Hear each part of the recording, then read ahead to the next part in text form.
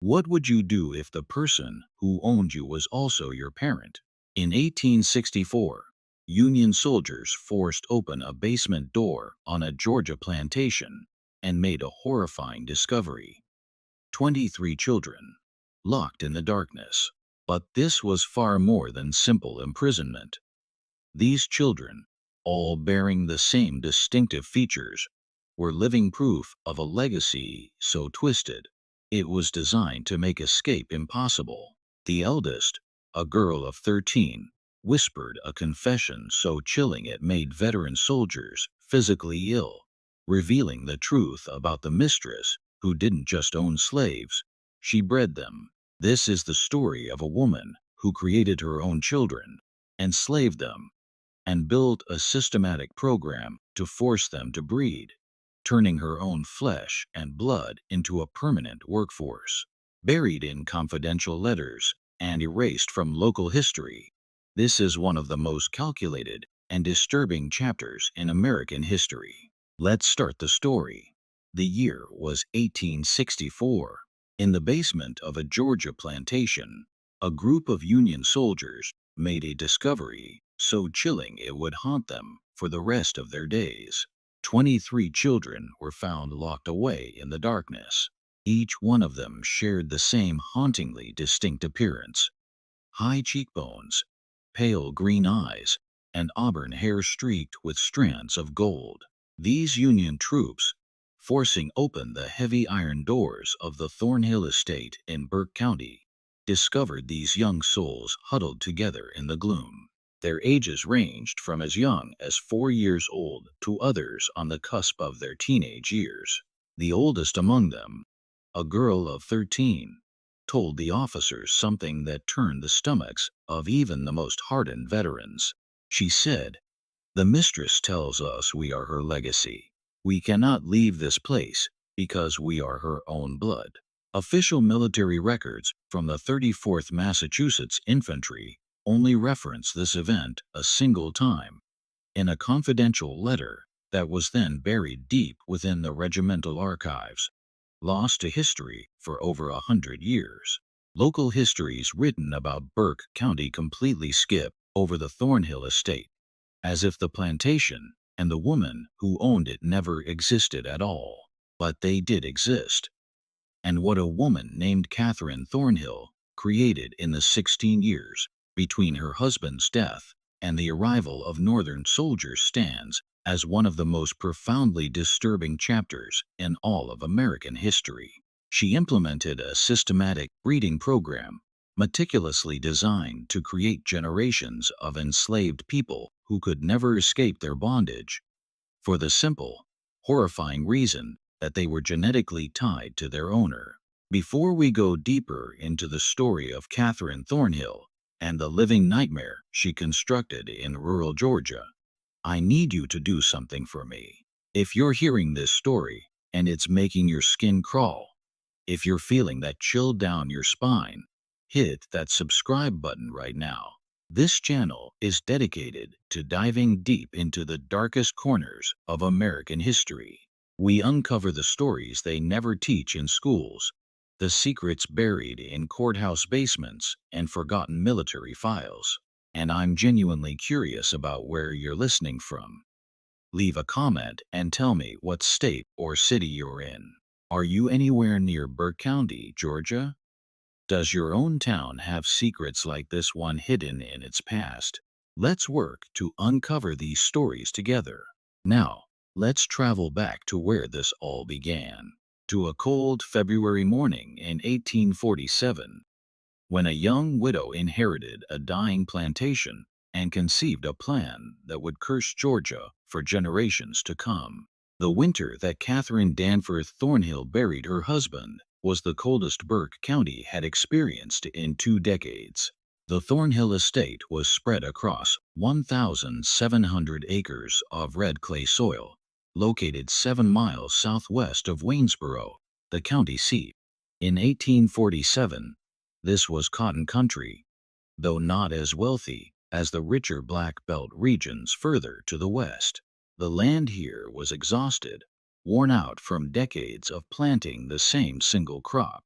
Plantations that had thrived in the 1820s were now faltering by the 1840s, caught between the falling price of cotton and their own rising expenses. The Mexican War had taken away laborers, and fierce arguments over territorial expansion were tearing communities apart. The Thornhill estate had once been one of the more successful properties in the area. Catherine's late husband, Jonathan Thornhill, had inherited it from his father in 1838, along with 42 enslaved workers, adequate equipment, and a level of debt that was, at the time, manageable. But Jonathan turned out to be a poor manager of money and an enthusiastic gambler. By the time a winter fever took his life in February of 1847, the estate was mortgaged to its absolute limit. The fields were producing barely enough to feed the workers, and creditors were gathering like vultures. Catherine was 28 years old when she became a widow.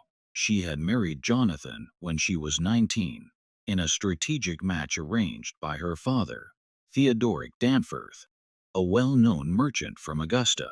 The Danforth family represented old Georgia money, with ancestors who had first arrived in the 1730s.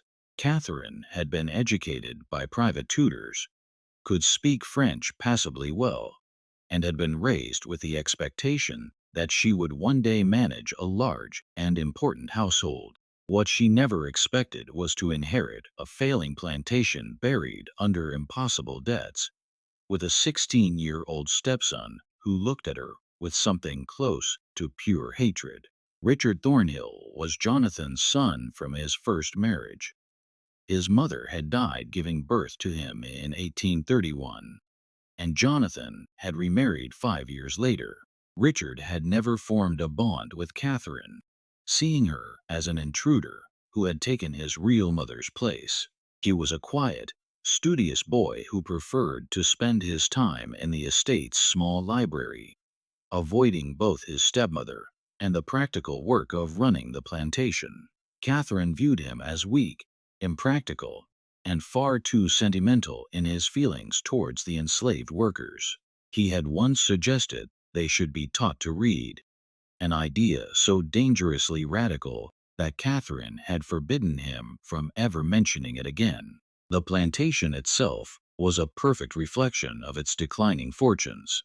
The main house was a two-story structure made of whitewashed brick, with 6 columns lining the front portico. It had been built in 1805 in the Federal style. Now, paint was peeling from the window frames, and the roof leaked in 3 separate places.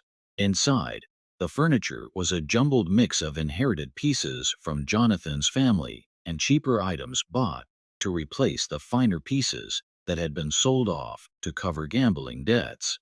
Behind the main house stood the kitchen building, the smokehouse, the dairy, and the overseer's cottage, all in a similar state of disrepair. Further back, beyond a row of live oak trees draped with Spanish moss, stood the quarters where the enslaved population lived. In 1847, 31 people remained on the property: 11 men, 13 women, and 7 children. 16 others had been sold over the previous 3 years to pay Jonathan's creditors. Those who remained lived with the constant, chilling fear that more sales were coming. That fear hung over the quarters like a thick fog over the Savannah River. Catherine spent the first month after Jonathan's death in a state of controlled rage. She met with the estate's lawyer, Ambrose Talbert, who laid out her options in brutally honest terms. She could sell the property and the remaining workers to settle the debts, perhaps having just enough money left to live a modest life under her father's roof in Augusta. Or she could find some way to make the plantation profitable again, a prospect Talbert considered highly unlikely, given the terrible state of the cotton market and the estate's depleted resources. Neither of these options was acceptable to Catherine. Returning to Augusta would mean admitting her own failure, living as a dependent spinster in her father's house, forever known as the widow who couldn't hold onto her inheritance. But she also knew that traditional plantation management would never save Thornhill Estate. The land was spent. The equipment was antiquated. The remaining enslaved workers were too few in number to work the cotton fields profitably, and she had no money to buy more. It was during one of these sleepless nights, poring over the estate's account books by candlelight, that Catherine first conceived her plan. The idea came to her with the cold, hard logic of someone facing utter desperation. If she couldn't afford to buy workers, she would breed them, but not in the haphazard, unplanned way most plantations did, offering small incentives for couples to have children, and then waiting 15 years for those children to become useful laborers. No, Catherine was imagining something far more systematic, far more controlled. She would create a population of workers who were biologically tied to the estate, workers who could never be sold because they were her own descendants, workers who would feel an instinctive loyalty to the plantation because it was, literally, in their blood. The plan was monstrous, but to Catherine, it was also perfectly elegant. She was still young enough to bear children. She would choose the strongest, healthiest men from among the enslaved population and conceive children with them. These children would be raised knowing their parentage, would be given slightly better treatment than the others to ensure their loyalty, and when they came of age, they would be paired with enslaved women to produce the next generation. Within 20 years, Catherine calculated, she could have a workforce of 50 or more, all bound to Thornhill Estate by ties much deeper than legal ownership. She began keeping a journal to work out the intricate details. This was no personal diary of feelings. Catherine was far too practical for that. Instead, she created what she called her cultivation records, filled with calculations, observations, and plans. She wrote in a simple substitution cipher, replacing key words with innocent-sounding agricultural terms. Children became seedlings. The men she selected became rootstock. Pregnancies were plantings. The pages of her journal were covered with diagrams that looked like breeding charts for livestock, because that, in essence, is exactly what they were. Catherine's first selection was a man named Isaac, 24 years old, born on the plantation and known for his physical power and steady nature. She called him to the main house on a March evening in 1847, after the other workers had returned to their quarters. What took place that night was recorded in Catherine's journal with only the clinical note: first planting completed with rootstock 1, weather clear and mild. 3 weeks later, she summoned him again, and then twice more before the month was over. By April, Catherine was confident she was pregnant. She recorded this in her journal with the same emotional detachment she might use to note the planting of a cotton field. Initial cultivation successful. Anticipate harvest in December. Richard Thornhill first began to suspect something was wrong with his stepmother in the late spring of 1847. He noticed she had stopped her morning rides around the property, claiming the heat was too much for her. Even though the Georgia summer had only just begun, she took her meals in her room more often and had sent away the house servant who usually attended her, preferring to manage her own affairs. For a woman as concerned with appearances as Catherine, this withdrawal was deeply unusual. But it was a conversation he overheard in early June that truly set off alarms in his mind. He had been in the library, hidden behind one of the tall bookcases, when Catherine met with Miriam Grayson in the next room. Mrs. Grayson was the local midwife, a sharp-featured woman in her 50s who attended births for both white and enslaved families all across Burke County. Richard knew her slightly. She had a reputation for being skilled at her work, but also for asking very few questions and keeping secrets. Absolutely. "You're certain of your condition, Mrs. Thornhill?" Mrs. Grayson asked in her clipped, professional tone. "Quite certain," Catherine replied. "I should think sometime in early December." "And Mr. Thornhill passed in February, you said?" There was a pause. Richard pressed himself against the bookcase, hardly daring to breathe. "My late husband and I were intimate in January," Catherine said, her voice perfectly even. "Shortly before his final illness. Of course." Mrs. Grayson's voice carried a note of something, not quite disbelief, but a carefully practiced neutrality. "I'll need to examine you properly, and we should discuss the arrangements for the delivery. Will you want me here at the house?" "I will. And I'll need your discretion, Miriam." "Absolutely, you have it.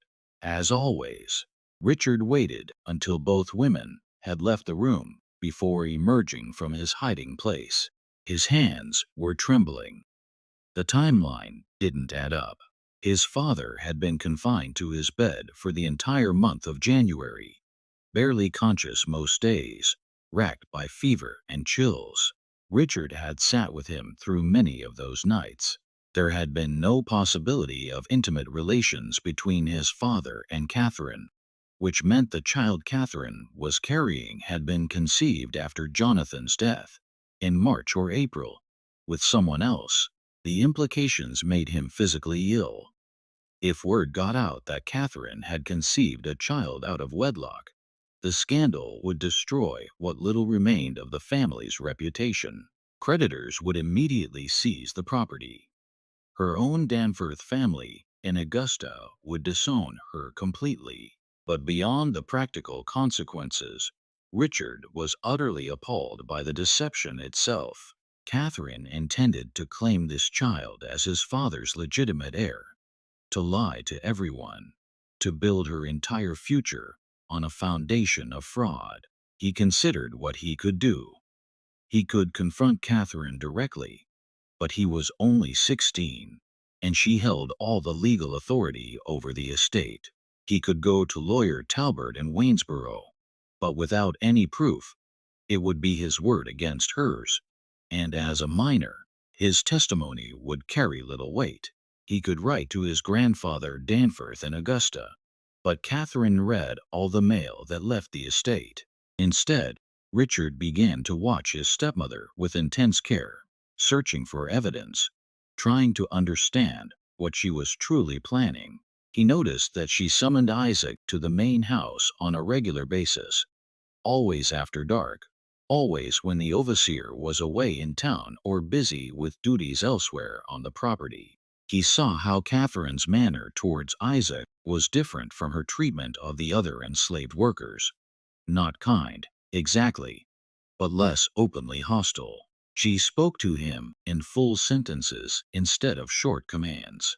By July, Richard was certain that Isaac was the father of Catherine's child. This realization filled him with a new kind of horror, not just at the violation of social and legal boundaries, but at what it revealed about Catherine's character. She had coldly and deliberately chosen to conceive a child with an enslaved man, to claim that child as her late husband's, and to maintain this lie forever. What kind of woman was capable of such a calculated deception? He found part of the answer in early August, during one of Catherine's rare trips to Waynesboro. Richard had been searching for legal documents related to the estate, vaguely hoping to find something that might give him some leverage over Catherine, when he discovered a leather-bound journal hidden in a locked drawer of her writing desk. The lock was simple enough for a determined 16-year-old to pick. The journal was written in cipher, but Richard had always been good with puzzles. It took him 3 days, working in secret whenever Catherine was out of the house, to crack the basic substitution pattern. What he read made his blood run cold. Catherine wasn't just having an affair with Isaac. She was implementing a deliberate breeding program. The journal laid it all out in chilling detail. Her plan to conceive multiple children with selected enslaved men, to raise those children as part of the plantation workforce, and eventually to breed those children with each other and with other enslaved people to create an ever-expanding population of workers who would be genetically tied to Thornhill Estate and to Catherine herself. There were charts, calculations of expected births over 5-year periods, notes on which men showed the best physical characteristics, and speculation about whether traits like strength, intelligence, and temperament could be passed down. It read like a manual for livestock breeding, except the livestock were human beings. Richard copied several pages from the journal, translating the cipher into plain English, his hand shaking so badly he could barely hold the pen. This was evidence. This was proof of Catherine's depravity. He could take this to the authorities. He could expose her. But that night at dinner, Catherine looked at him with those cold green eyes and said, very casually, "Richard, have you been in my study recently? Some of my papers seem to have been disturbed." "No, ma'am," Richard lied, his throat tight. "I keep certain documents locked away for good reason," Catherine continued, cutting her meat with precise, sharp strokes. "If I ever found that someone had violated my privacy, broken my trust in such a fundamental way, I'm afraid I would have to take serious action. Do you understand?" "Yes, ma'am." "Good. Because family loyalty is everything, Richard. Everything. Without it, we're simply animals tearing at each other." She smiled, but the expression never reached her eyes. "I know you loved your father very much. I would hate for his memory to be tarnished by scandal, especially scandal that might emerge from within his own household." The threat was perfectly clear. If Richard tried to expose her, she would find a way to turn it back on him, to paint him as a disturbed, resentful stepson inventing vile lies about a grieving widow. Who would people believe? A respected plantation mistress from a prominent family, or an awkward teenage boy known to resent his stepmother? Richard returned to his room that night and burned the pages he had copied, but he kept watching Catherine, and he soon began to feel increasingly unwell. It started with a deep fatigue. By September, Richard found himself exhausted by mid-afternoon, unable to focus on his books. His appetite disappeared. He developed frequent, pounding headaches that made it difficult to think clearly. By October, he was experiencing muscle weakness and occasional, cramping stomach pains. Catherine showed great concern. She insisted that Richard stay in bed. She prepared his meals herself, bringing him bowls of soup and plates of soft, bland foods. She summoned Mrs. Grayson to examine him. The midwife, who also served as a general medical practitioner in the absence of a real doctor, diagnosed him with nervous exhaustion, complicated by what might be consumption. She prescribed rest, fresh air when he felt strong enough, and a special tonic that Catherine obtained from a pharmacy in Augusta. "Tuberculosis often strikes young men of a sensitive disposition," Catherine told Richard, adjusting his pillows with an attentive care that felt like a performance. "Your father had a cousin who died of it at just your age. We must be very vigilant." Richard knew better. He had read about arsenic poisoning during his long hours in the library. He recognized the symptoms in himself: the fatigue, the digestive troubles, the muscle weakness. Catherine was slowly killing him, disguising murder as disease, eliminating the one person who knew her secret and posed a threat to her plans. But he was too weak to fight back, too isolated to get help. The house servants followed Catherine's orders without question. The overseer rarely came to the main house. Richard's room was on the second floor, and by November, he barely had the strength to get out of bed, let alone escape the property and get to Waynesboro. He made one final, desperate attempt to expose Catherine in late November. writing a letter to his grandfather Danforth in Augusta. It took him 3 full days to compose it, working for just a few minutes at a time before exhaustion overwhelmed him. He described Catherine's breeding program, her journal, the poisoning.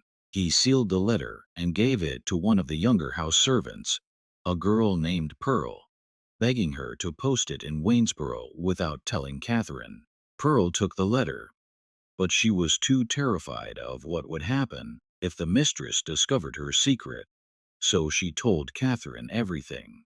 Catherine read the letter without any expression, then burned it in the fireplace right in front of Richard. "You're very ill, darling," she said softly, almost tenderly. "The fever is affecting your mind. You're imagining things that aren't real. It's a mercy, really, that you won't have to suffer much longer." Richard Thornhill died on December 3, 1847, 3 weeks before his 17th birthday. Dr. Samuel Pritchard from Waynesboro, who was summoned to record the death, listed consumption as the cause and noted that the young man had wasted away with tragic speed. Catherine wept decorously at the funeral. She wore black for a full, proper year of mourning. 4 days after Richard was buried, Catherine gave birth to a healthy son. She named him Jonathan, after her late husband, and claimed he had been born slightly premature, which explained any questions about the timing. Few people in Burke County thought to count backwards from the birth to Catherine's widowhood. Those who did kept their speculations to themselves. It was not the kind of thing one discussed openly. The years between 1848 and 1856 transformed Thornhill Estate in ways that seemed almost miraculous to anyone looking in from the outside. The plantation that had been on the edge of bankruptcy slowly, steadily, regained its footing. Cotton production increased. The enslaved workforce grew. Catherine Thornhill earned a reputation as a shrewd, if somewhat reclusive, plantation mistress who managed her property with uncommon efficiency. But that efficiency came at a terrible, hidden cost. Catherine gave birth 4 more times between 1848 and 1853, daughters named Eleanor, Abigail, and Margaret, and another son she called Samuel. Each birth was attended only by Miriam Grayson, who was by now deeply, irrevocably complicit in Catherine's schemes. The midwife received generous payments for her services and her silence, regular fees that far exceeded her normal rates, plus a small cottage on the edge of the Thornhill property, where she could live rent-free. Mrs. Grayson's role extended far beyond just delivering Catherine's children. She also performed a much darker function, ensuring that enslaved women on the property only gave birth to children who fit into Catherine's careful, controlled plans.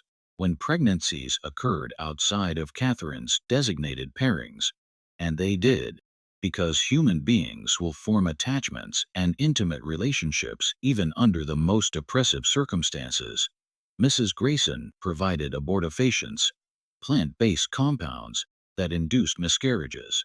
She performed these procedures in a small room behind the overseer's cottage, away from the main house, away from any witnesses.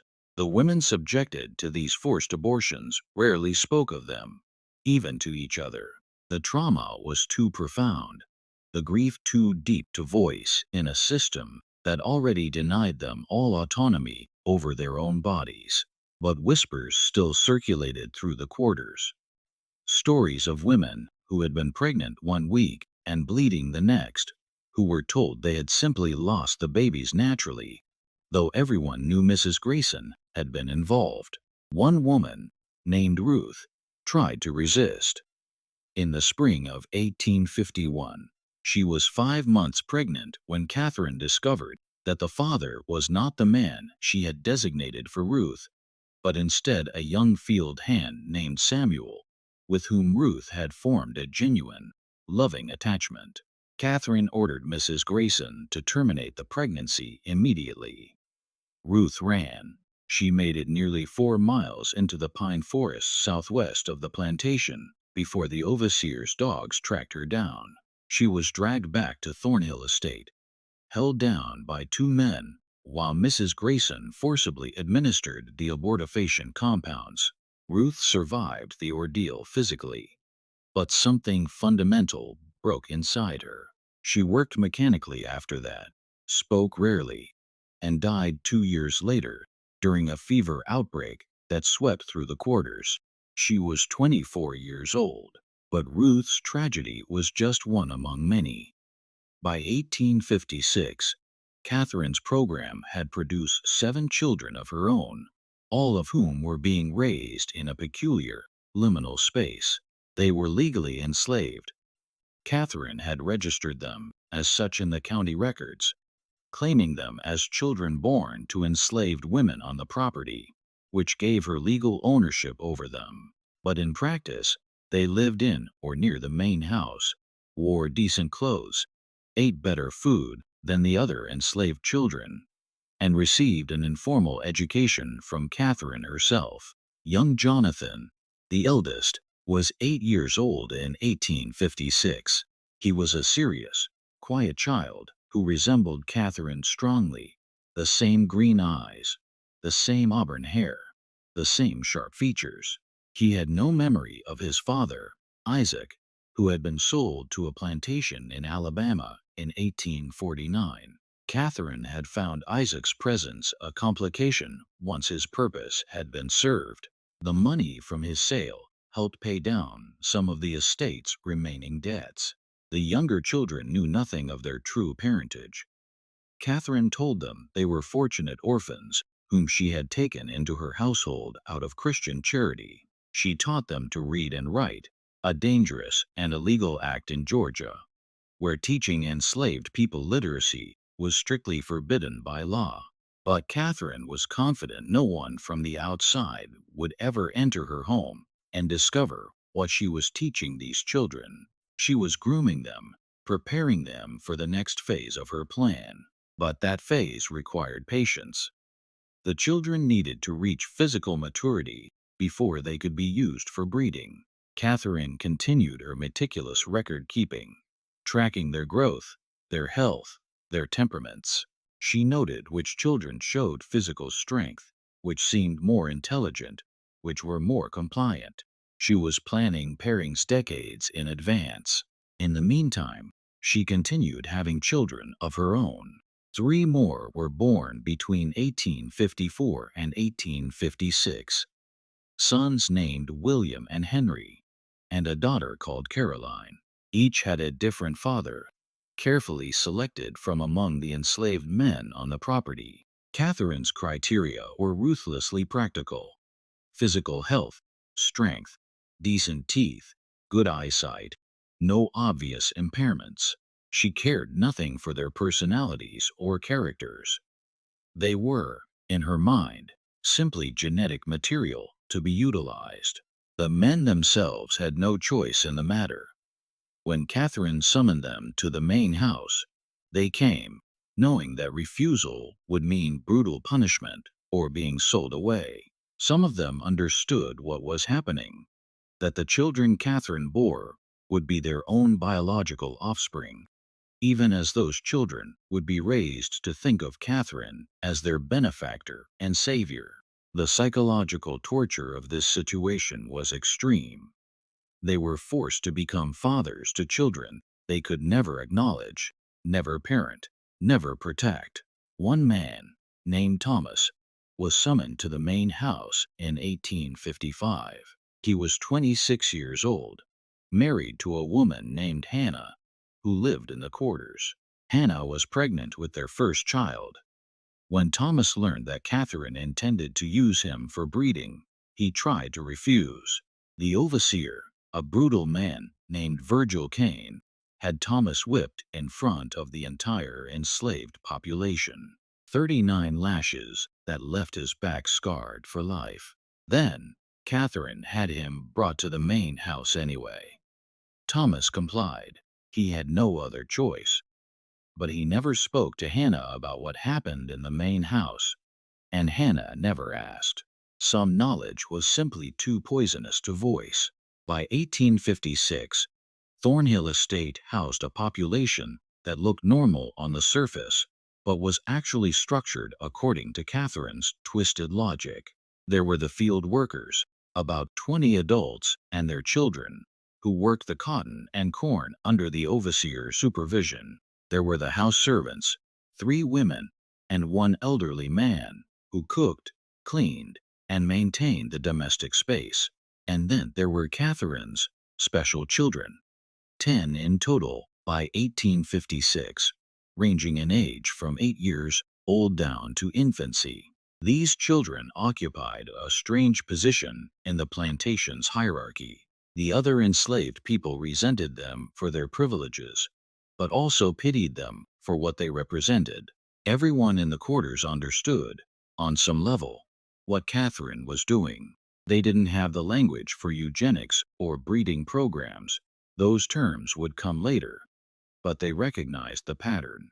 They saw how Catherine kept detailed records of the children, how she measured them periodically, how she noted their development in her locked journal, and they waited with a kind of horrified anticipation for what would happen when these children grew up, because everyone knew what Catherine intended. She had made it clear in subtle ways, in comments and instructions. These children were being raised to produce the next generation of workers. They were tools in Catherine's long-term plan to create a workforce that could never leave, could never be sold, because they were genetically bound to her and to Thornhill Estate. It was an abomination, disguised as innovation. But in the isolated world of a rural Georgia plantation in the 1850s, with no outside oversight and absolute power concentrated in the hands of the property owner, Catherine was able to pursue her vision without interference. The only person who posed any potential threat was lawyer Talbot in Waynesboro, who handled the estate's legal affairs and thus had access to records that might raise questions. But Talbot was a practical man who valued profitable clients, and by 1856, Thornhill Estate was becoming profitable. The cotton yields were improving. The workforce was growing through Catherine's breeding program at no acquisition cost. Debts were being paid down. Talbot asked no uncomfortable questions because he benefited from Catherine's success. The isolation of the plantation helped maintain the secrecy. Thornhill Estate was 7 miles from Waynesboro, connected by a rough road that was often impassable in the winter. Neighbors were few and far between. The nearest plantation was 3 miles away. Catherine rarely entertained visitors and actively discouraged social calls. When she did interact with other plantation families, usually at church on Sundays or at occasional gatherings in Waynesboro, she presented herself as a proper widow, managing her late husband's property with Christian virtue and practical wisdom. No one suspected the systematic horror occurring behind the whitewashed brick walls of the main house and in the quarters beyond the oak trees. And even if they had suspected, would they have cared? This was Georgia in the 1850s, a society built on the brutal exploitation of enslaved labor. Catherine's program was more systematic, more coldly calculated than most, but it was not fundamentally different in kind from what happened on thousands of other plantations across the South. That was, perhaps, the most disturbing aspect of the entire situation. Catherine Thornhill's breeding program was monstrous, but it was also logical within the framework of a society that already treated human beings as property to be bought, sold, and bred at will. She had simply taken the underlying logic of slavery and followed it to one of its most horrifying conclusions. But systems built on such profound injustice contain the seeds of their own destruction. Change was coming to Georgia and to the entire South, though in 1856, few people could imagine how soon or how violently it would arrive. The late 1850s brought increasing tensions to Burke County and all of Georgia. The question of slavery's expansion into new territories dominated national politics.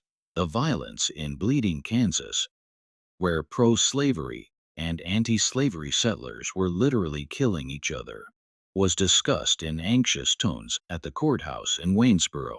The presidential election of 1856, which put James Buchanan in office, did little to resolve the fundamental conflicts tearing the country apart. Catherine paid little attention to politics. Her focus remained fixed on Thornhill Estate and her long-term program. By 1859, her eldest children were approaching adolescence. Jonathan was 11, Eleanor was 10, Abigail was 9. They were still too young for the breeding phase of Catherine's plan, but she was already making preparations, already selecting which of the enslaved young women would be appropriate partners when the time came. It was during this period that Catherine constructed what she called the Heritage Room in a previously unused section of the mansion's east wing. She told the house servants it would be a storage space for family records and memorabilia. In reality, it was a shrine to her breeding program. The room was windowless, lit by oil lamps, with walls lined with shelves and a large table in the center. On the shelves, Catherine stored her coded journals, 3 leather-bound volumes by 1859, chronicling every birth, every pairing, every observation about the children's development. She also kept small glass vials, each labeled with a name and a date, containing locks of hair from each child. These samples were arranged in rows, organized by generation and parentage, a physical archive of her genetic experiments. On the table, Catherine had drawn elaborate family trees in ink, showing not actual family relationships, but her planned pairings for future generations. Lines connected names with notations about anticipated outcomes. Strong constitution, good teeth, intelligent, compliant temperament. It looked like breeding charts for show dogs or racehorses, except the names were human. Abigail paired with Thomas's son, Jacob. Eleanor with Isaac's son, Marcus, to be born 1862. Margaret with Samuel's nephew, Peter. Catherine spent hours in this room, planning decades into the future, imagining a Thornhill estate populated by 100 or more workers, all descended from her, all genetically and psychologically bound to the land. In her mind, she was creating something revolutionary, a plantation that would never face labor shortages, never require expensive purchases of new workers, never risk mass escapes because the enslaved population would have nowhere else to go. They were family, in the most literal, twisted sense. The practical implementation of this vision required Catherine to exert even tighter control over the plantation's social structures. She began separating the children into different groups based on their roles in her program. The special children, her own biological offspring, continued living in or near the main house. The other enslaved children were kept at a distance, sleeping in the quarters, working in the fields as soon as they were old enough. But Catherine needed these other children, too. They were necessary for the genetic mixing she envisioned. So she implemented a system of subtle manipulation, offering small privileges to families who cooperated with their pairings, threatening separation and sale to those who resisted. The psychological pressure was immense and constant.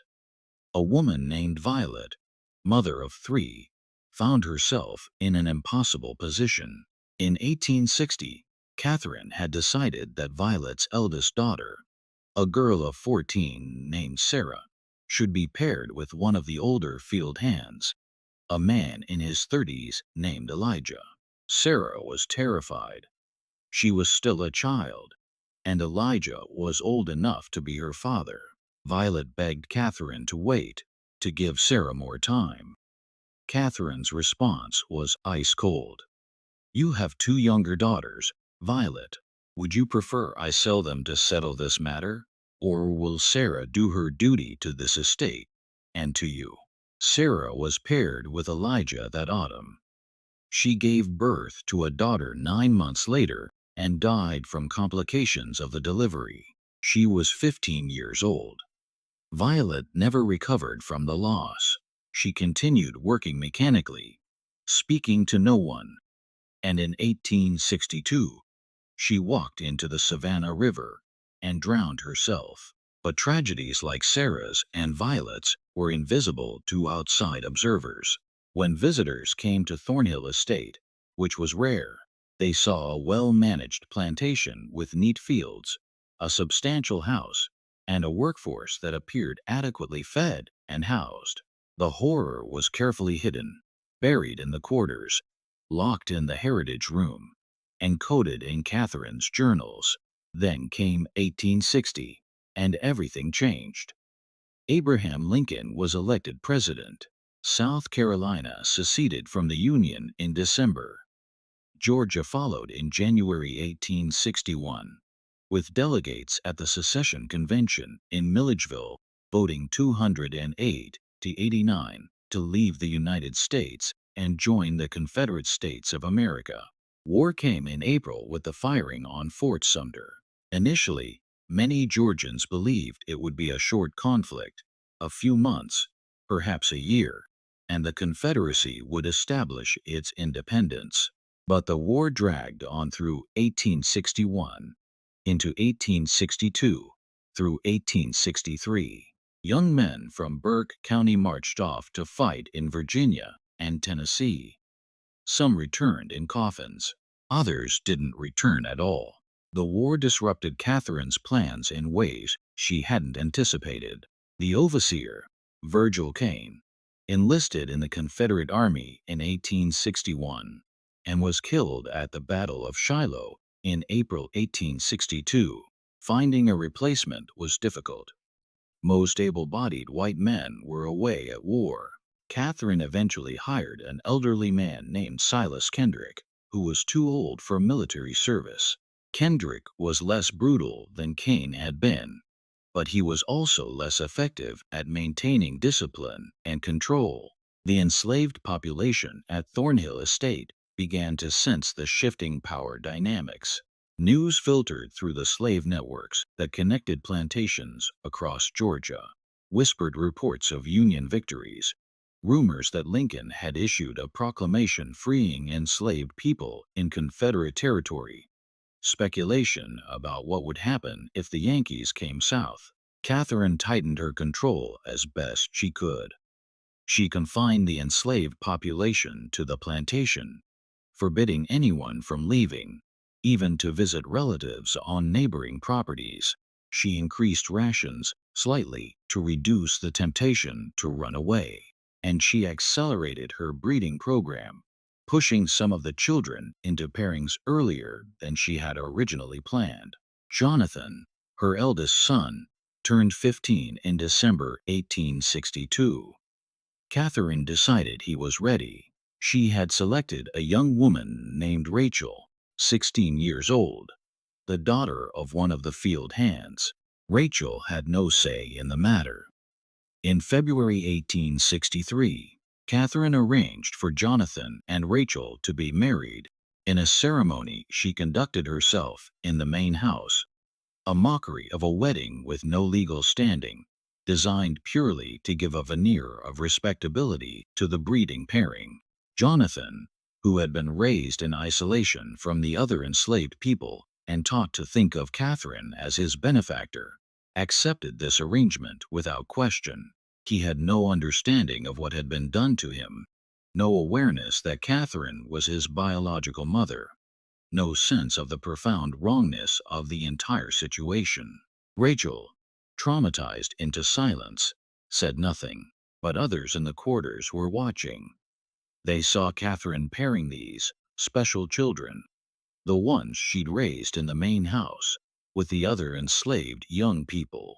They understood this was the next phase of whatever Catherine had been planning all these years, and a quiet, desperate rage began building in the quarters, a rage that would have nowhere to go until circumstances finally shifted in their favor.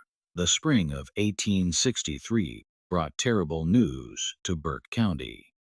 Confederate losses were mounting. The Union Army controlled the Mississippi River after the fall of Vicksburg.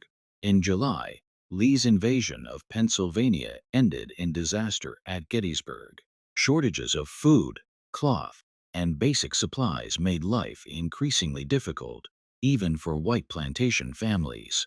For the enslaved population, conditions became harsher still as Catherine rationed everything more severely. But something else was happening at Thornhill Estate, something Catherine tried desperately to hide from the outside world.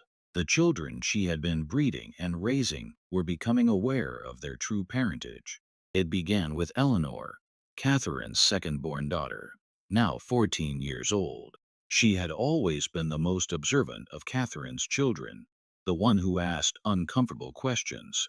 In May 1863, while helping Catherine organize papers in the study, Eleanor discovered one of the coded journals that Catherine had carelessly left unlocked. Eleanor had learned to read from Catherine herself. She was intelligent, curious, and bored with the limited reading material available in the house. The journal's cipher intrigued her. She spent 3 weeks working on it in secret, the same way Richard had done 16 years earlier, slowly decoding the substitution pattern. What she found destroyed her understanding of her entire existence. The journal detailed her conception, second planting with rootstock 2. Thomas, age 21. Excellent physical specimen. Strong back. Good teeth. Weather warm and humid. Anticipate harvest in late October 1848.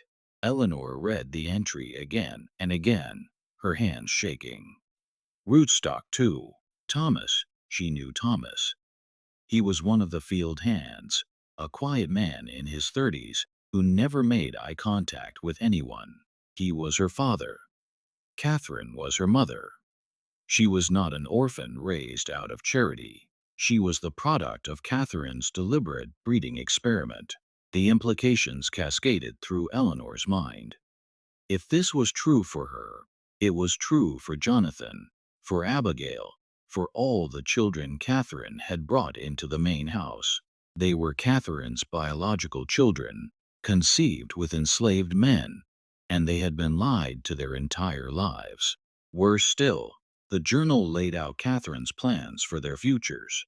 Eleanor read the notations about pairings, about anticipated offspring, about the creation of a self-sustaining workforce. She saw her own name in one of the charts, connected by a line to someone called Marcus Isaac's son, to be born 1862. Pairing with Eleanor anticipated 1865. Eleanor felt physically sick. Catherine intended to pair her with a boy who hadn't even been born yet, to force her to have children who would be enslaved on this plantation forever, to turn her into another breeding tool in this nightmare system. She confronted Catherine that night, her voice shaking with rage and horror. I read your journal. I know what you are. I know what I am. Catherine's face went still, her eyes as cold as winter. You should not have done that, Eleanor. You're my mother. Thomas is my father, and you've been planning to breed us like animals. Eleanor could barely force the words out. Sit down, Catherine commanded. No, sit down. The threat in Catherine's voice was unmistakable. Eleanor sat, her whole body trembling. Catherine paced the room, her mind clearly working through the problem Eleanor now represented. Finally, she spoke. You are intelligent enough to understand the position we're in, so I'll speak plainly. Yes, I am your biological mother. Yes, I have been implementing a systematic program to create a self-sustaining workforce for this estate. And yes, you and the others will participate in that program when you come of age. I won't, Eleanor said, but her voice lacked conviction. You will, Catherine said, leaning forward, her face inches from Eleanor's. Because the alternative is far worse. Right now, you live in this house. You eat good food. You wear decent clothes. You can read and write. What do you think happens if you refuse to cooperate? I sell you. I sell you to a plantation in Alabama or Mississippi where they work field hands to death in 5 years, where women are brutalized as a matter of course, where literacy earns you a whipping or worse. Is that what you want? Eleanor said nothing. Tears streamed down her face. I thought not. Catherine straightened up. You will not speak of this to your brothers or sisters. You will not speak of it to anyone in the quarters. You will continue your life exactly as before. And when the time comes for you to fulfill your role in this family's future, you will do so. Do you understand? Yes, Eleanor whispered. But Catherine had made a critical error. She had revealed the truth without adequately controlling the information. Eleanor did speak to others, not immediately, but gradually, carefully. She told Jonathan first, showing him the journal entries she had memorized. Jonathan's reaction was different from Eleanor's. He had been so thoroughly conditioned by Catherine, so completely isolated from any alternative framework for understanding the world, that he struggled to see what was wrong with her plan. She gave us a better life, Jonathan said, confused by Eleanor's anger. We could have been working in the fields. Instead, we're here. We're property, Jonathan. Eleanor insisted. We're slaves our own mother enslaved us. She's protecting us, he argued. She's keeping us together. If we were sold, we'd be separated, sent to different places. This way, we stay together. We stay at Thornhill.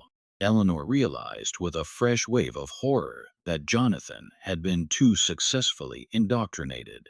He couldn't see the cage Catherine had built around all of them. But Abigail, 13 years old and sharp as glass, understood immediately when Eleanor told her. And Margaret, at 12, understood, too. The younger children were still too young to fully grasp it, but the older ones, they knew now. They knew what they were, and what Catherine intended for them. The knowledge changed the atmosphere in the main house. Catherine felt it, that shift in the air, the way her children looked at her now. There was fear, yes, but also something else. Calculation. Waiting. They were biding their time, and Catherine knew it. She considered her options.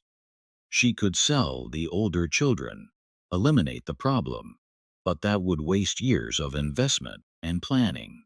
She could punish them severely enough to break their spirits, but physical brutality might damage them in ways that would interfere with the breeding program. She needed them healthy, capable of bearing children. So, Catherine chose a different approach. She would demonstrate the consequences of disobedience through someone else. In August 1863, a young woman named Grace tried to run away from Thornhill Estate. She was 17, pregnant, and desperate. She had been paired with one of the field hands against her will, and she couldn't bear the thought of bringing a child into this system. She ran at night, heading east toward the Savannah River, hoping to somehow cross into South Carolina, and from there make her way to Union lines. She was caught within 12 hours. The dogs tracked her to a creek 3 miles from the plantation. She was brought back, locked in one of the outbuildings. The next morning, Catherine assembled everyone, all the enslaved people, including her special children from the main house, in the yard between the quarters and the mansion. Grace was brought out, her hands tied. Catherine stood on the porch of the main house, her face expressionless. This woman attempted to abandon her responsibilities to this estate, and to all of you, Catherine declared. She attempted to destroy the family we have built here. The penalty for such betrayal must be severe. What followed was brutal. Grace was whipped publicly. 20 lashes, administered by the elderly overseer Kendrick, who carried out the punishment with grim reluctance. Catherine made all the children watch, including her own biological offspring. The message was clear. This is what happens to those who try to leave. But Catherine had miscalculated again. The public punishment didn't terrify the enslaved population into submission. Instead, it clarified something for them. Catherine was willing to use extreme violence to maintain her control, which meant she was afraid. And if she was afraid, that meant they had more power than they'd realized. Whispers began circulating through the quarters in the weeks that followed. Whispers about waiting for the right moment. Whispers about what would happen when the war ended. Because surely it would end, and surely the Yankees would come south, and surely things would change. All they had to do was survive until then. Eleanor heard these whispers. She began spending time near the quarters when Catherine wasn't watching, developing relationships with the other enslaved people. She had been kept separate from her entire life. She learned things Catherine had never told her, about her father Thomas, about the other men Catherine had used, about the women who had died or been broken by Catherine's program. One evening in October, Eleanor met with a group of the older enslaved women in the woods beyond the quarters. They sat in a circle in the darkness, speaking in low voices. A woman named Hope, in her 40s, looked at Eleanor with something between pity and respect.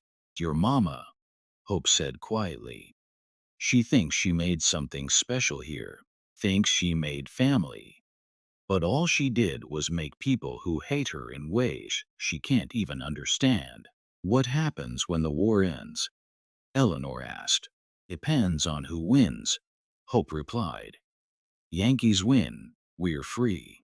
Confederates win, things stay the same or get worse. But either way, your mama can't keep doing what she's been doing. Too many people know, too many people angry. Something got to break." "What if we made it break?" Eleanor asked. The women looked at her in surprise. Hope leaned forward. "What you saying, child? What if we didn't wait for the war to end?" Eleanor said, the idea forming as she spoke. "What if we ended this ourselves?" The idea hung in the air, dangerous and intoxicating. One of the younger women, Anna, spoke up. "You talking about running, taking everyone and running? Or fighting?" Eleanor said. "There's only Mrs. Catherine and old Mr. Kendrick," Hope said, ever practical. "There are 40 of us, and 20 of them are children." She paused. "And where we going to go? Confederates catch runaways. They kill us or sell us further south. And you?" She looked directly at Eleanor. "You think they're going to see you as one of us, or one of them?" The question stung, because Eleanor didn't know the answer. She was Catherine's daughter. She had grown up in the main house. She could read and write. Her skin was lighter than most of the people in the quarters. Would they even accept her if things came to violence?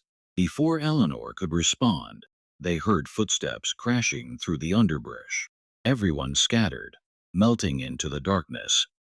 Eleanor ran back toward the main house, her heart pounding, wondering if someone had heard their conversation, if Catherine would find out, if everything was about to collapse.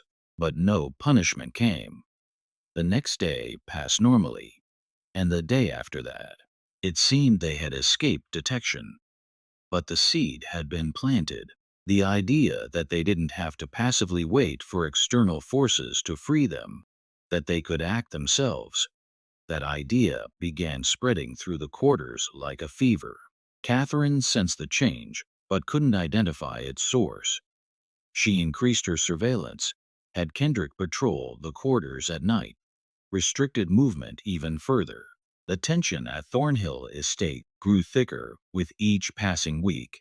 It was like watching a storm build on the horizon. Dark clouds massing, electricity charging the air, everyone waiting for the lightning to strike. The break came in March of 1864, but not in the way anyone expected. A unit of Confederate cavalry came through Burke County, requisitioning supplies from plantations, food, horses, cloth, anything useful for the war effort. Catherine had no choice but to comply. She provided corn, preserved meat, and two of the plantation's best horses. The soldiers stayed only one night, camped in the fields beyond the quarters, and departed at dawn. But their presence had consequences. The soldiers spoke openly about the war's progress, and the news was bad for the Confederacy. Sherman was pushing through Georgia. Union forces were closing in from multiple directions. Some soldiers spoke fatalistically about the war being lost, about going home, about the impossibility of maintaining the fight much longer. The enslaved population at Thornhill Estate heard every word. Hope surged through the quarters. Freedom was coming. It might be months or weeks, but it was coming. All they had to do was hold on a little longer. Except Catherine, sensing this hope and terrified by what it meant for her long-term plans, decided to act decisively. If the Confederacy fell, if the enslaved population was freed, everything she had built would collapse. Her special children would leave. Her breeding program would end. 16 years of work would be for nothing. She couldn't allow that to happen. On the night of March 17, 1864, Catherine gathered her biological children in the main house: Jonathan, Eleanor, Abigail, Margaret, Samuel, William, Henry, Caroline, and the three youngest, who were still infants. 11 children in total, ranging from 16 years old down to 6 months. Things are going to change very soon, Catherine told them, her voice calm, but her eyes burning with intensity. The war may end badly for us. The Yankees may come. There may be attempts to take you away from me, to destroy our family. I cannot allow that to happen. Eleanor felt ice slide down her spine. What are you planning? We are going to secure our future, Catherine said. Tonight, she led them to the Heritage Room in the East Wing, the room none of them except Jonathan had ever been allowed to enter. Catherine lit the oil lamps, illuminating the shelves of journals, the vials of hair samples, the elaborate family trees drawn on paper and pinned to the walls. This is our legacy, Catherine said. This is what we've built together, and no one is going to take it from us. From a locked cabinet, Catherine withdrew a small wooden box. Inside were several glass bottles containing a clear liquid. This is a medicine called laudanum, she explained. In small doses, it provides relief from pain. In larger doses, it provides eternal peace. Abigail gasped. You want to poison us. I want to protect you, Catherine corrected, her voice taking on a desperate edge. If the Yankees come, if they free the others, where will you go? You're not white enough to live in white society. You're not fully black in their eyes, either. You'll be outcasts, owned by no one, belonging nowhere. Is that better than staying here, staying together, staying with me? Yes, Eleanor said firmly. Anything is better than this. Catherine's face hardened. You're too young to understand. All of you are too young. But I am your mother, and I know what's best for this family. She moved toward the bottles, but Jonathan stepped between her and the others. He was 16, nearly as tall as Catherine, and something in his face had changed. "No," he said quietly. "Jonathan, don't be foolish. You understand the plan. You've always understood. I understood what you told me," Jonathan said. "But Eleanor showed me the journals. I read what you wrote about us, about Father Isaac, about Father Thomas, about all of them. I know what you did. I know what you are. I am your mother. You're a monster," Jonathan said, and his voice broke on the word. Catherine slapped him, a sharp crack that echoed in the small room. "How dare you?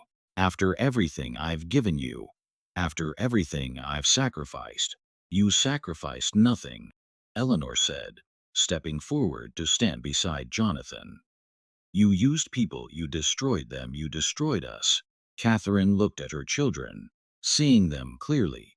Perhaps for the first time, they were united against her. Even the younger ones, who didn't fully understand what was happening, sensed the confrontation and stood with their older siblings. She had lost them. In that moment, Catherine made a final, desperate decision. If she couldn't keep her children, if they were going to reject her and leave her and destroy everything she had built, then she would at least preserve the record of what she had accomplished. Future generations would know what Catherine Thornhill had created. Even if the creation itself had failed, she grabbed the journals, the charts, the vials of hair samples, clutching them to her chest. "You think you can escape me? You think you can pretend none of this happened? These records will survive. They'll prove what I built here. They'll prove I was right." She pushed past her children and ran from the room, carrying the physical evidence of her crimes.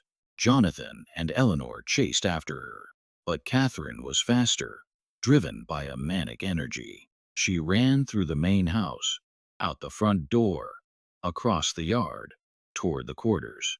What happened next depended on who you asked. Multiple testimonies would later conflict, each person remembering the events slightly differently, shaped by their own trauma and perspective. What is certain is that Catherine reached the quarters, carrying her journals and specimens. What is certain is that the enslaved population, roused by the commotion, emerged from their cabins to see the mistress who had tormented them for 16 years running toward them in the darkness, clutching the evidence of her atrocities. What is certain is that someone, maybe Hope, maybe one of the men, maybe several people at once, decided that this was the moment. This was when it ended. Catherine Thornhill disappeared that night. Her journals were found scattered in the mud outside the quarters, pages torn and muddy. The vials of hair samples were smashed. The charts were burned, and Catherine herself was simply gone. Jonathan and Eleanor, reaching the quarters minutes after their mother, found chaos. People shouting, running in different directions, the acrid smell of smoke where someone had lit a fire to burn Catherine's papers. But no Catherine.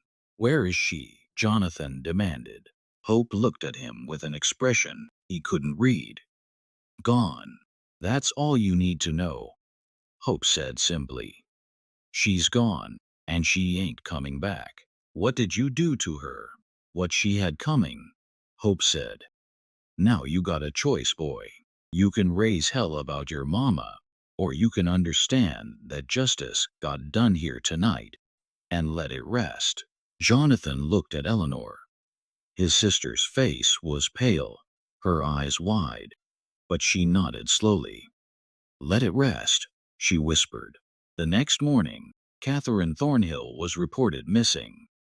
Old Mr. Kendrick, the overseer, searched the property but found nothing. He reported the disappearance to the sheriff in Waynesboro, who came out to investigate but ultimately concluded that Mrs. Thornhill had likely fled the area in fear of advancing Union forces. A reasonable assumption, given the deteriorating military situation. No one from the quarters spoke of what had happened. Jonathan and Eleanor, and the other children said nothing. The official record simply states that Catherine Thornhill disappeared on the night of March 17, 1864, and was never seen again. But everyone at Thornhill Estate knew the truth, even if they never spoke it aloud. Catherine had been killed that night. Her body had been disposed of somewhere on the plantation's 1,700 acres, and her children, her biological offspring, her breeding experiments, her legacy, had chosen to let her murderers go unpunished because they understood that their mother had earned her fate. The war ended 14 months later. General Sherman's army swept through Georgia in late 1864, though they passed 30 miles north of Burke County and never came directly to Thornhill Estate. The Confederacy collapsed in April 1865. Freedom came to the enslaved population of Georgia through a combination of military occupation, the 13th Amendment, and the simple fact that the system of bondage could no longer be maintained. At Thornhill Estate, the transition was complicated. Jonathan, as Catherine's eldest child, had some legal claim to the property, but his status was ambiguous, legally enslaved under Georgia law, but also Catherine's biological heir. Lawyer Talbert in Waynesboro tried to sort out the mess, but eventually gave up. The property fell into a kind of legal limbo. Most of the formerly enslaved population left Thornhill Estate within weeks of emancipation. They scattered across Georgia and beyond, seeking family members who had been sold away years before, looking for opportunities in cities, or simply putting as much distance as possible between themselves and the site of their suffering. Some stayed, at least initially. Hope remained, helping to organize those who had nowhere else to go. Thomas stayed, Eleanor's biological father, who finally, after 16 years, was able to acknowledge his daughter openly. They had one conversation about Catherine, about what had been done to him and to Eleanor, and then they never spoke of it again. The pain was too deep, too tangled with the fundamental wrongness of the entire situation.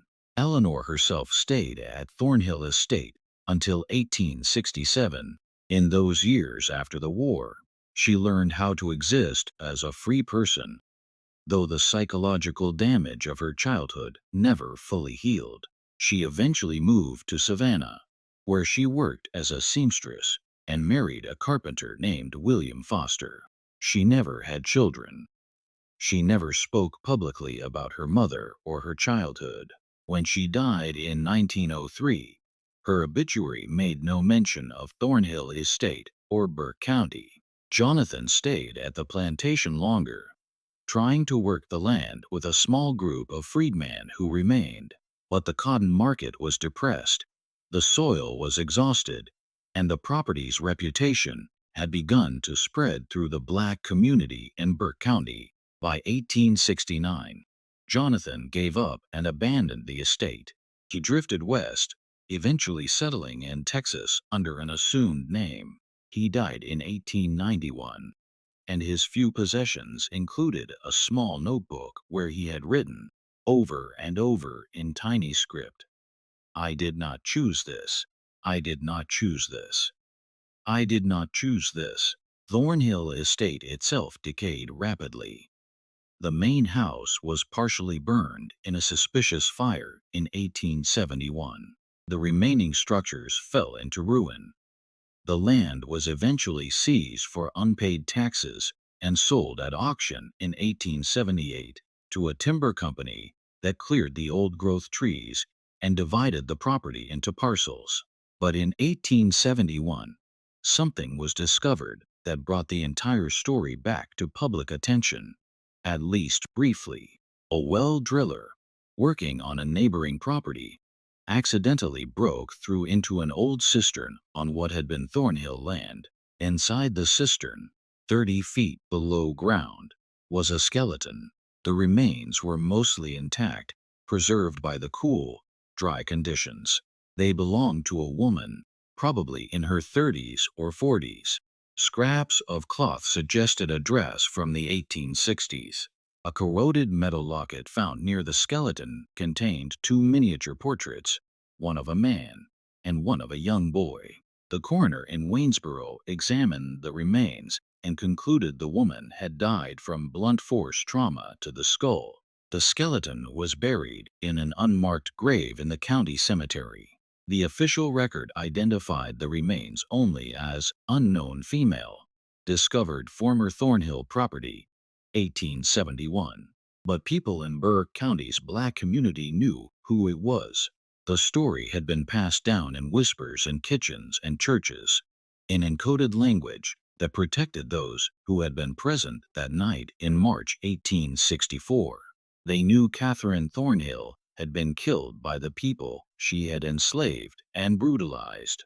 They knew her body had been hidden in a deep well or cistern. They knew justice, of a kind, had been done. Over the years, more information emerged, though always fragmentarily, always incompletely.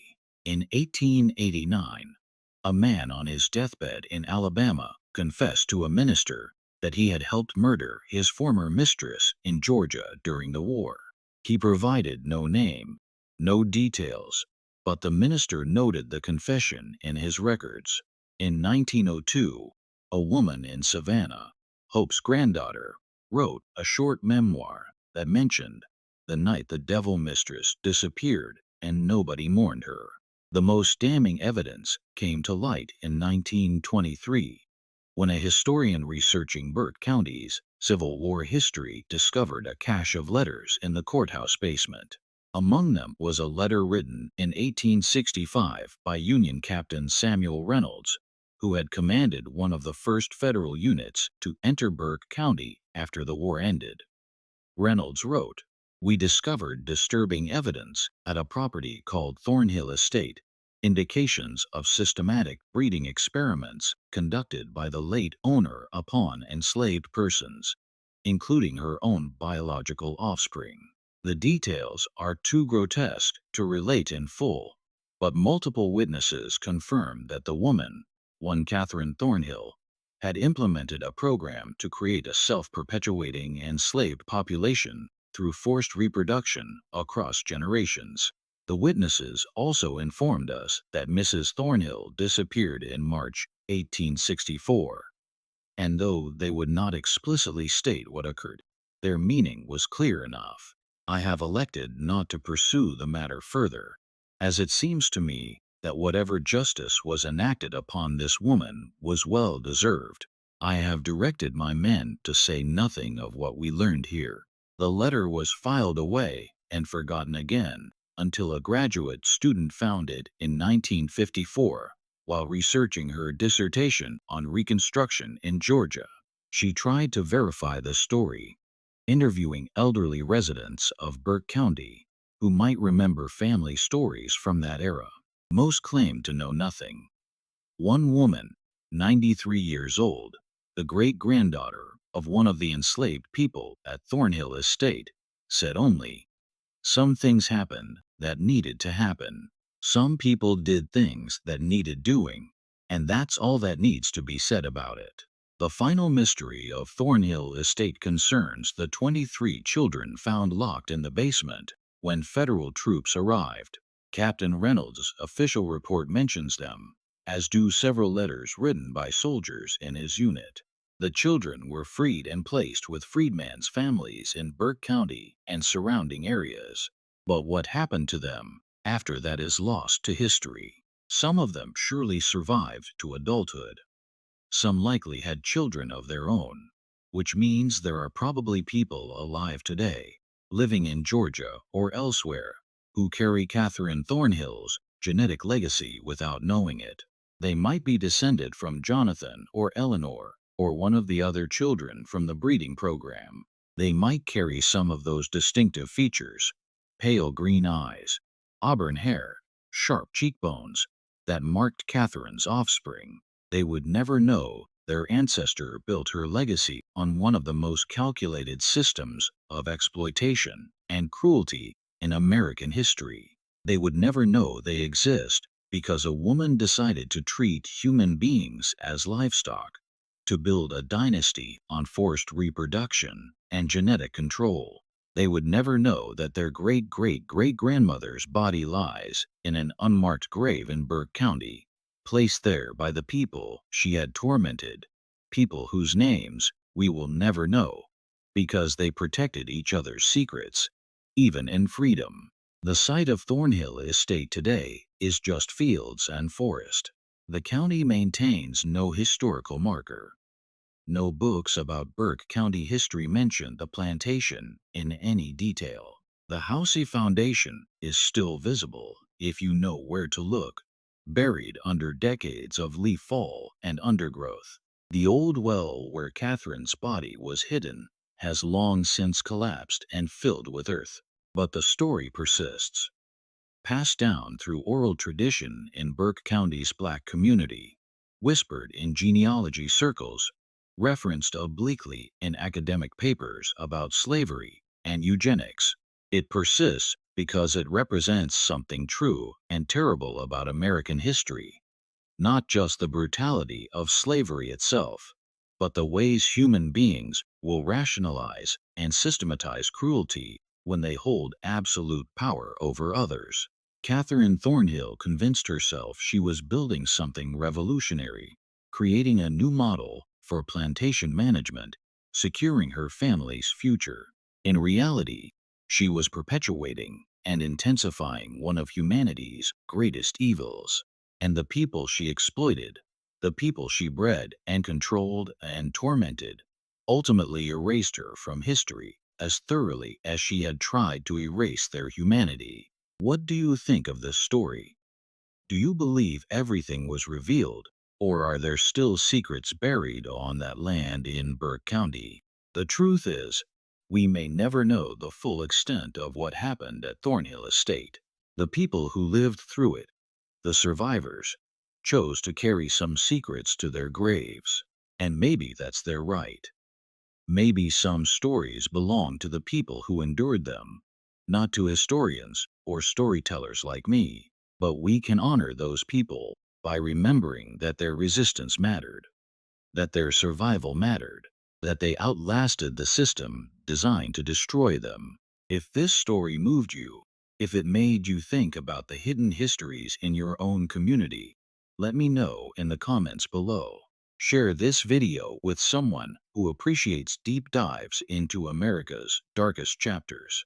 Subscribe to this channel for more stories that challenge what you think you know about history. And remember, the past is never as far behind us as we'd like to believe. See you in the next video.